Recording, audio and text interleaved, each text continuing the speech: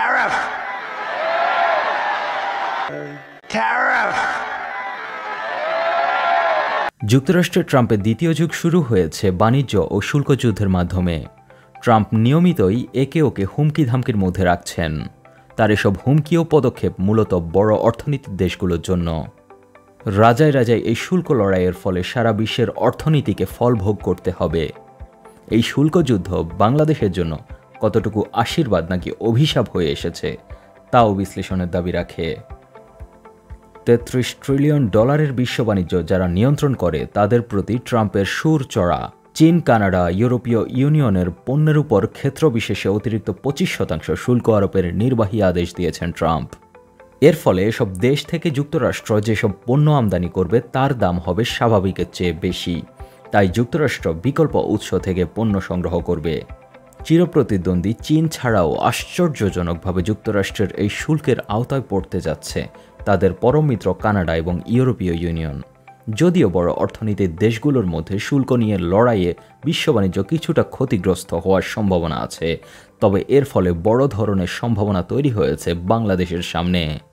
বাংলাদেশের জন্য তৈরি পোশাক সহ বিভিন্ন পণ্যের রপ্তানিতে নতুন করে বাড়তি চাহিদা তৈরি হবে।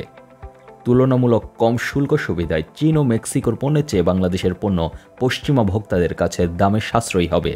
আবার বাংলাদেশের কম শুল্কের সুবিধা নিতে যুক্তরাষ্ট্র, চীন এবং কানাডা সহ অনেক দেশই বাংলাদেশে প্রত্যক্ষ বিনিয়োগ বাড়াতে পারে। উল্লেখ্য, যুক্তরাষ্ট্রের বাজারে বাংলাদেশের জন্য 12.5% শুল্ক সুবিধা রয়েছে। এছাড়া চীনের বাজারে বাংলাদেশের 8,000-এর বেশি পণ্য শুল্কমুক্তভাবে প্রবেশ করতে পারে। এতে করে দেশগুলো বাংলাদেশের সার্টিফিকেট অফ অরিজিন ব্যবহার করে পরস্পরের বাজারে ঢুকতে পারবে। বড় অর্থনীতির দেশগুলো পারস্পরিক শুল্ক লড়াই যত তীব্র করবে ততই কপাল খুলতে পারে বাংলাদেশের। এইসব কথা বলছেন ব্যবসা সংশ্লিষ্ট এবং বিশেষজ্ঞরা। তবে তারা বলছেন সঠিক কৌশলে এগোতে না পারলে এসব সুযোগ হাতছাড়া হয়ে যাবে।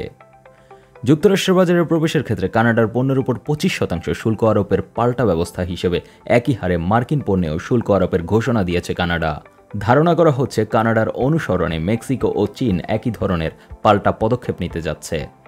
এর ফলে তাদের পারস্পরিক বাণিজ্য কমবে।